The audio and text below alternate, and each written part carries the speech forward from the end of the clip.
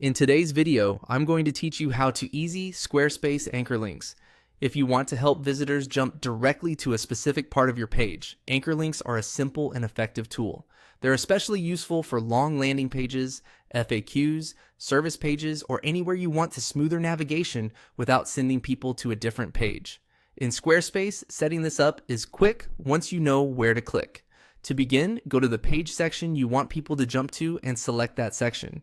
This is the destination your anchor link will point to, so make sure you choose the exact section you want visitors to land on. Taking a moment here to confirm the right section can save you from having to redo the link later. Once the section is selected, click on Edit Section. This opens the section settings, where Squarespace gives you access to additional options for that specific block of content. Inside these settings, look for the anchor link area. When you see the anchor link option, click the copy icon next to it. This copies the section's anchor link so you can use it elsewhere on your site. This link acts like a shortcut that tells Squarespace to scroll directly to that section when someone clicks it. Next, select the text where you want to place the link.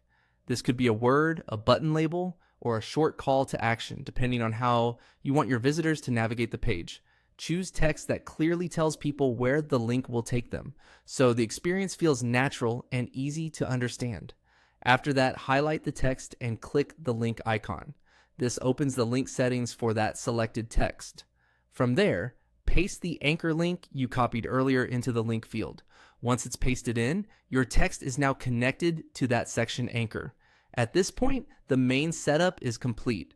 The linked text should now take visitors directly to the section you selected earlier. This is a great way to improve page usability and make your content easier to explore, especially on pages with multiple sections.